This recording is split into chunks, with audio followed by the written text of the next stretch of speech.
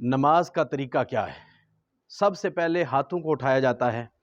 تو میں نے دیکھا ہے کہ لوگ ہاتھوں کا درست طریقہ سے غافل ہیں۔ درست طریقہ یہ ہے کہ اپنے ہاتھوں کا جو رخ ہے وہ قبلے کی جانب رکھیں، اس طرح، اور یہاں کانوں کی لو تک آپ اپنے ہاتھ اٹھائیں، اور پھر آپ نے ہاتھ باندھنے ہیں۔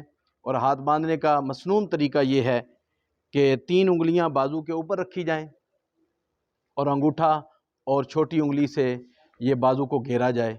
اس طرح آپ نے ناف کے نیچے آپ نے ہاتھ باندھنے ہیں، یہ مسنون طریقہ ہے۔ اور آپ نے جب نیت کرنی ہے تو آپ کی نظریں بالکل سیدھی ہونی چاہیے، اور اس کے بعد آپ نے جب ہاتھ باندھ لینے ہیں تو جہاں آپ نے سجدہ کرنا ہے اس مقام کو دیکھنا ہے۔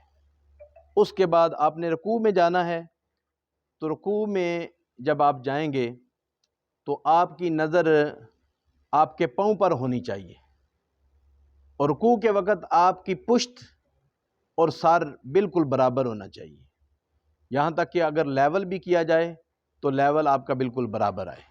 یہ رکوع کرنے کا مسنون طریقہ ہے۔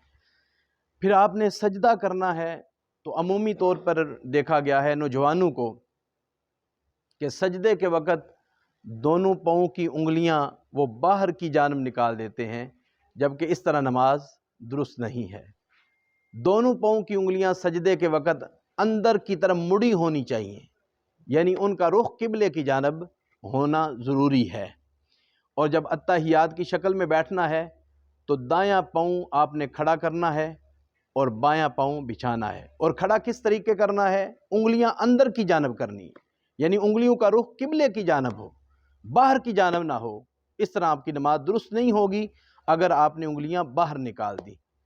تو یہ طریقہ ہے نماز کا۔ جب آپ نے اتحیات کی شکل میں بیٹھنا ہے تو اس وقت آپ نے جھولی کے اندر دیکھنا ہے۔ جب آپ نے نیت کرنی ہے تو سامنے دیکھنا ہے۔ جب آپ نے ہاتھ باندھ لینے ہیں تو سجدے کی حالت پر دیکھنا ہے، سجدے کی جگہ کو دیکھنا ہے۔ اور جب آپ نے رکوع میں جانا ہے تو آپ نے اپنے قدموں پہ نظر رکھنی ہے، اور جب آپ نے اتحیات بیٹھنا ہے تو آپ نے اپنے جولی میں نظر رکھنی ہے۔ یہ مسنون طریقہ ہے۔ اللہ تعالی ہمیں صحیح طریقے سے نماز ادا کرنے کی توفیق عطا فرمائے۔